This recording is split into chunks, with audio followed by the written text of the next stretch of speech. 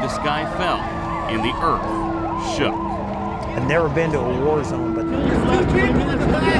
massive crater in this wreckage of this plane sitting there. These are the days you can't forget. Exit door. These are the images you wish you could. And I can still recall every detail from her khaki pants, her blue shirt, to the soles of her shoes were charred.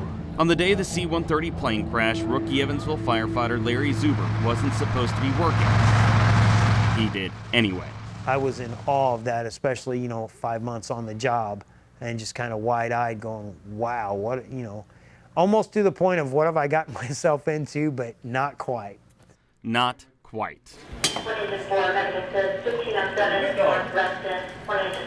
In the 22 years since the crash, Zuber has worked his way to the rank of captain.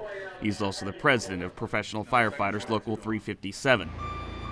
But in the 22 years since the crash, much has changed. Back in the good old days, dirty gear was a badge of honor. That was a mentality that was going on, and a lot of guys did it, but now I'm seeing on my department that people that I would have suspected would have been resistant to keeping their gear clean all the time aren't. They've seen the numbers, they've seen friends, they've seen people they know get that diagnosis. Indianapolis Fire Captain Tim McDonald says the numbers are staggering. An unprecedented national study in its final stage suggests that firefighters are twice as likely to contract testicular cancer. They are also at a greater risk of contracting non-Hodgkin's lymphoma, skin, brain, and prostate cancers.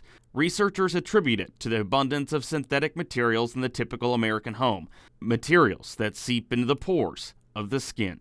When we're at work in a burning structure, and we crawl in that building, in all probability, the only natural thing in that room is us. Much like the C-130, there are days that these two firefighters will never forget. October 19th, 2000. They can recall every single detail of when their sky fell.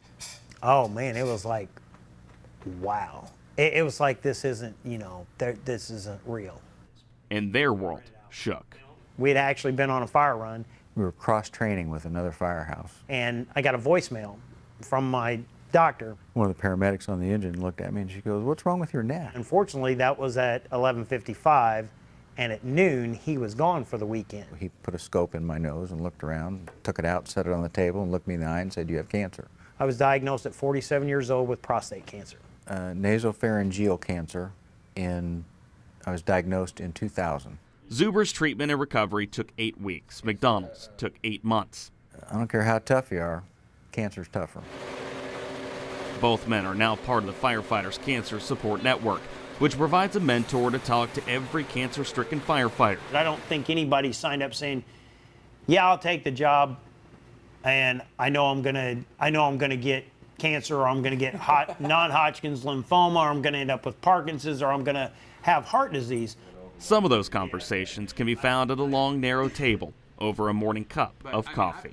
I sat down 6 months ago with my wife and told her, I said, they're just like, we all know the inherent risks of being a firefighter, getting hurt, getting killed, whatever during a fire, but it's almost to the point now where it's almost, you kind of just assume that you're going to end up with some terminal disease because of the job.